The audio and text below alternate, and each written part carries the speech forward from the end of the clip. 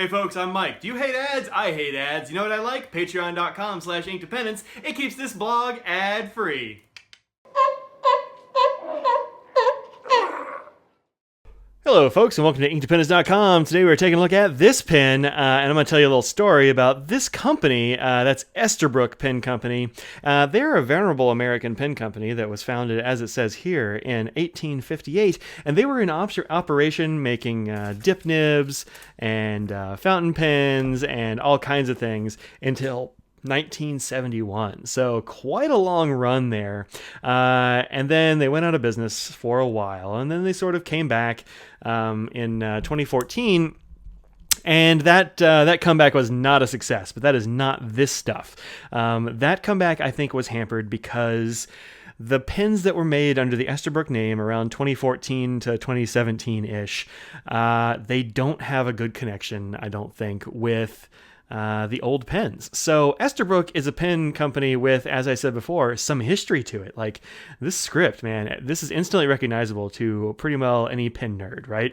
And these pens are pretty recognizable to anybody who's been to a vintage pen show, a pen show of any kind really, or has dabbled in vintage pens. These are a good vintage pen to start with. They are plentiful, they are durable, and they're not terribly expensive in a lot of cases. You can get these between... Well, I mean, I've seen them.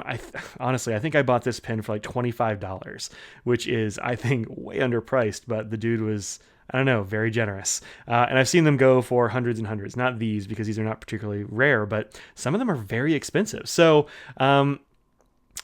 people that like Esterbrook pens know a few things about Esterbrooks. And one is that they're fairly small. This is a pretty small pen. It's about the same size as... it's about the same size as this. This is a Sailor Pro Gear. This is the regular sized, like full-size Pro Gear. And they're about the same size, although you'll notice that the Pro Gear is noticeably thicker. It is a girthier pen. And that's because, well, it's more modern, basically. And so it's got more girth to it. And for my bigger hands, this is about as small a pen as I would want to use for very long. And this is actually kind of a small pen for me. That's why I don't use these very much. The other thing you'll notice about these is they are lever fillers. So they have this lever on the side, and that is how you fill this pen.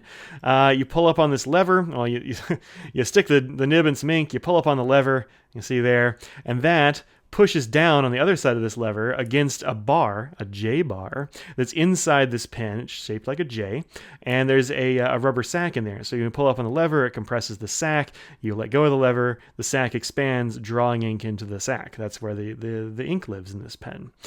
So lever fillers, fairly small. I mean, they got this interesting material. I actually don't know off the top of my head what these are made of. I want to say it's celluloid, but it's probably not. It's probably just some sort of acrylic. Somebody will tell me in the comments, I'm sure. I know a lot of Esterbrook fans out there. The other thing about these is the nibs. So this is a dip pen, also an Esterbrook. And this is maybe my favorite because I love this like sort of, I don't know, disco Jetsons look to this thing.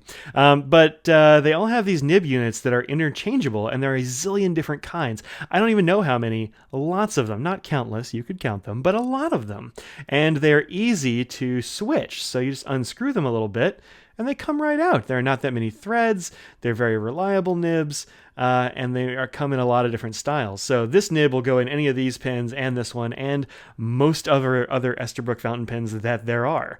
And that is a really cool feature. So if you're a person who likes the Esterbrook name and you know these things about older Esterbrook pens, you might look at this pen and be like, I don't know what I'm getting into here. I'm not sure I approve. So here are a couple of things I need to tell you up front. One is I like this pen. The second is that this was sent out to me for review by Kenro, who have bought the Esterbrook brand and are now making pens under the Esterbrook brand. And my buddy Carrie is deeply involved with that. And when that happened, I was like, okay, good, because I know that Carrie and the folks at Kenro care about this and they want to do it right. So this pen is not going to look like these pens. This is an oversized pen. It is a big one. It is ebony and Palladium, and it is modern. It is a modern pen, but it's not junk. And I'm probably going to end up buying this pen because I've been carrying this pen around for, I mean, almost every day for like 2 months. It's very rare that a pen will get that kind of heavy usage for me, even if I really like it. But this one, I must love it because, man, I've been carrying it. So inside this very cool box, You open it up and it says America's Original Reborn.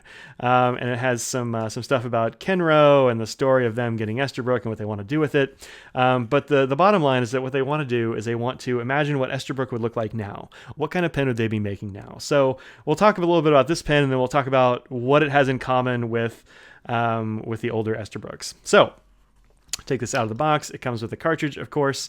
This is a cartridge converter pen, so it is not a lever filler. I actually see that as an upgrade.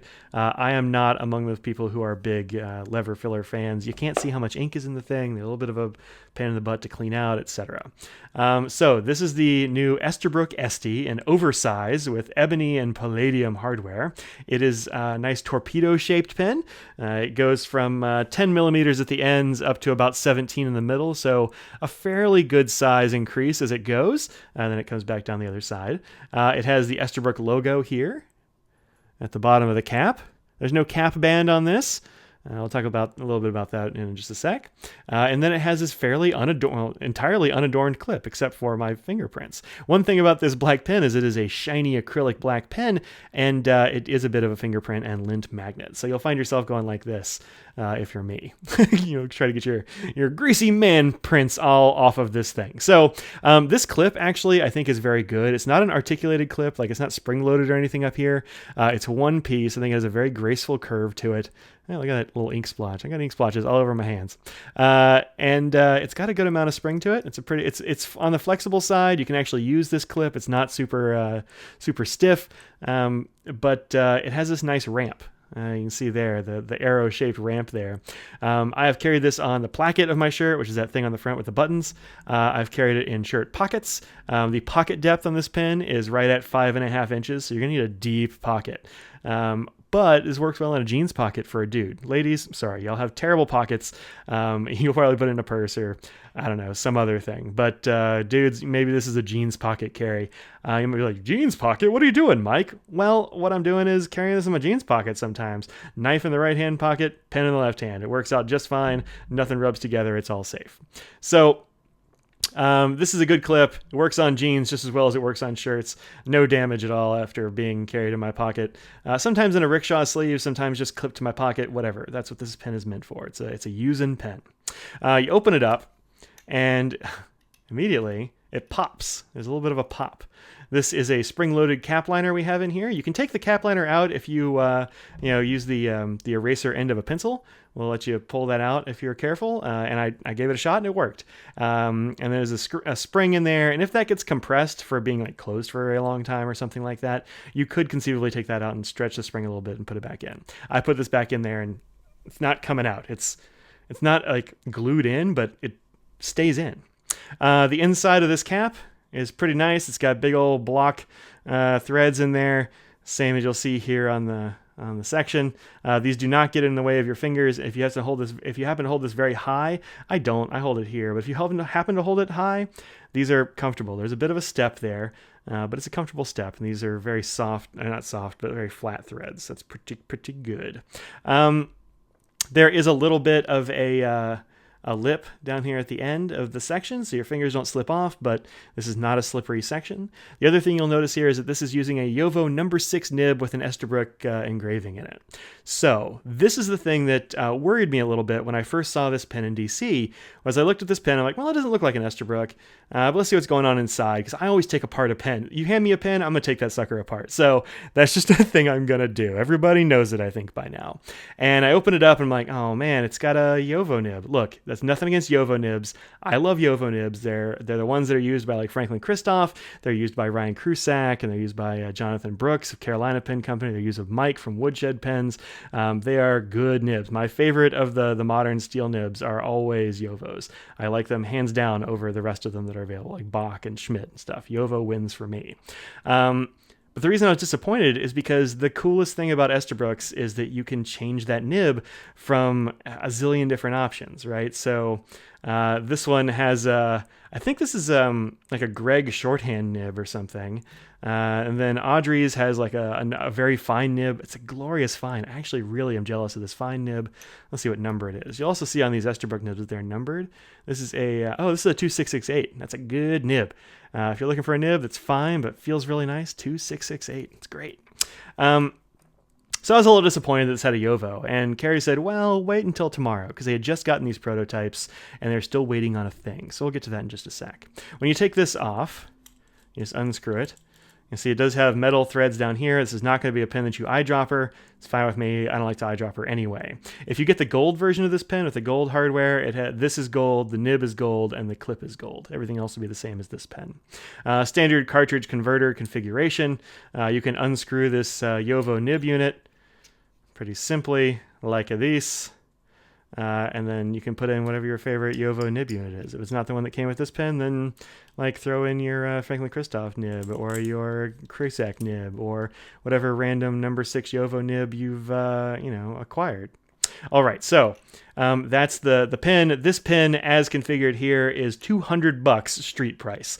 That's the same street price pretty much everywhere. It's $200. The manufacturer's suggested retail price is like $250, so $200.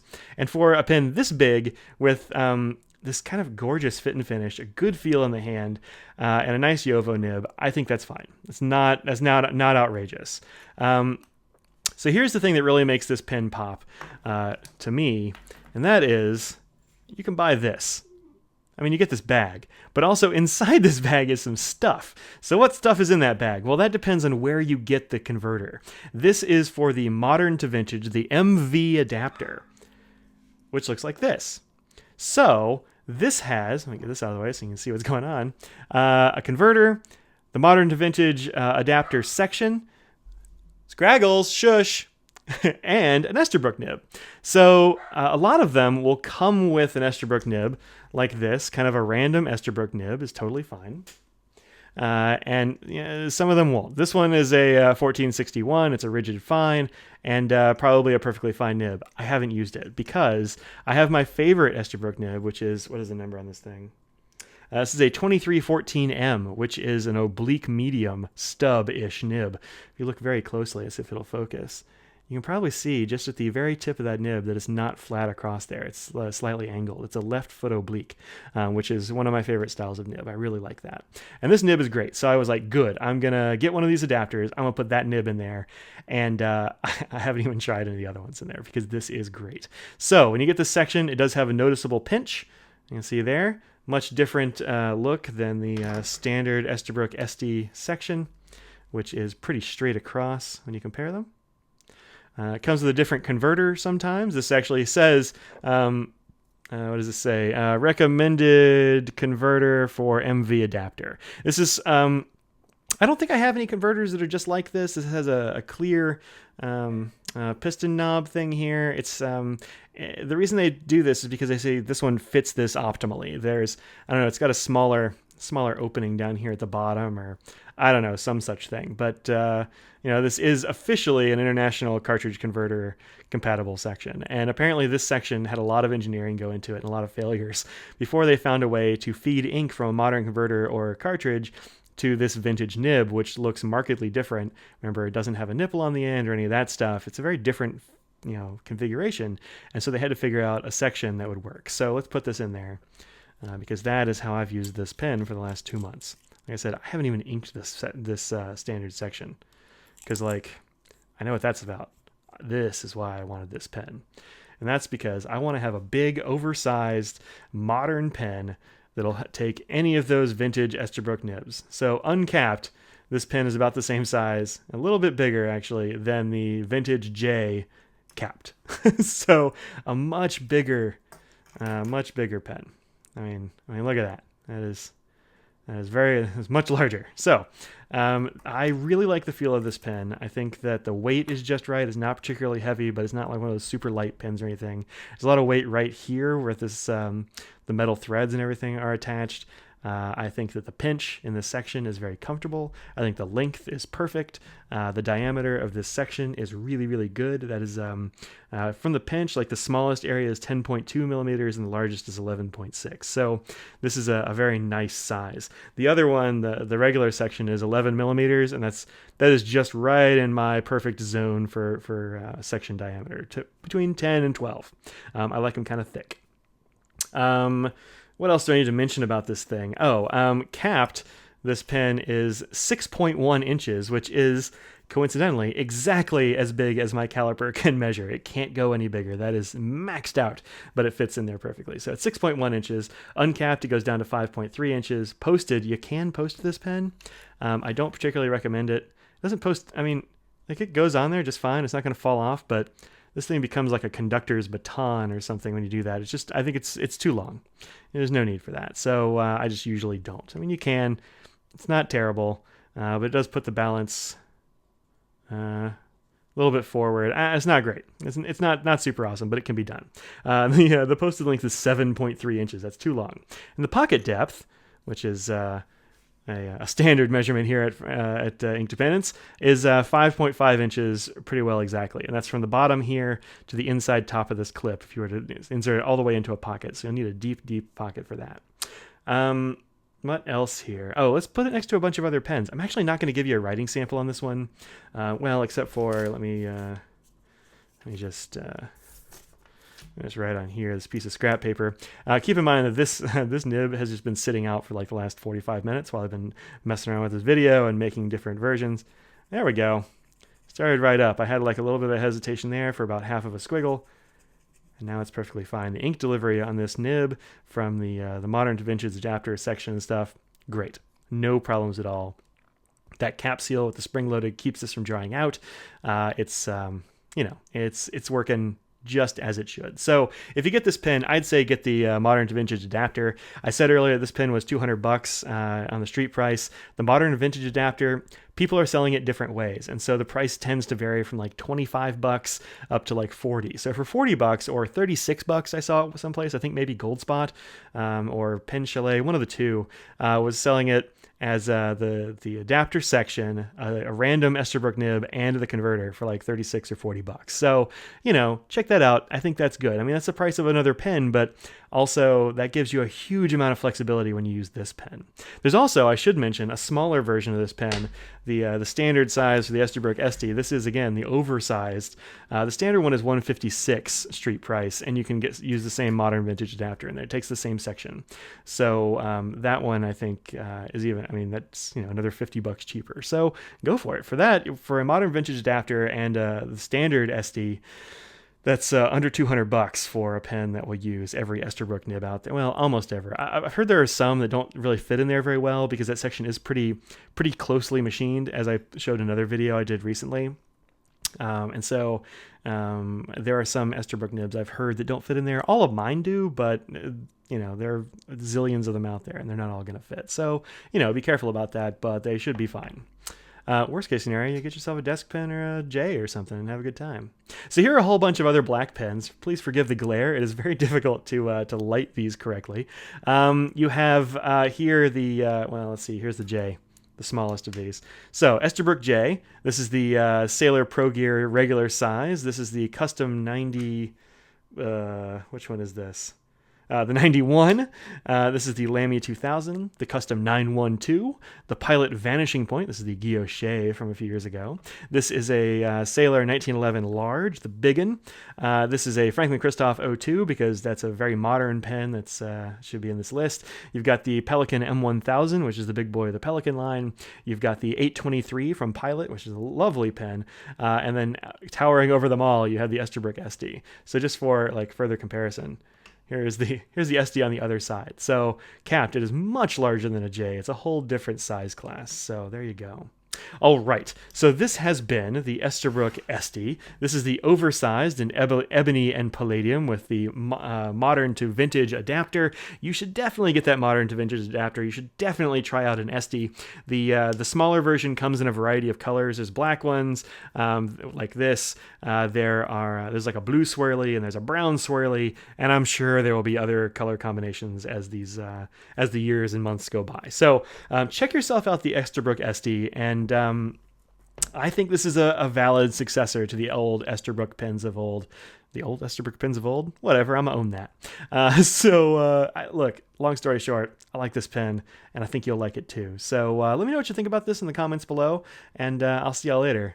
Peace out.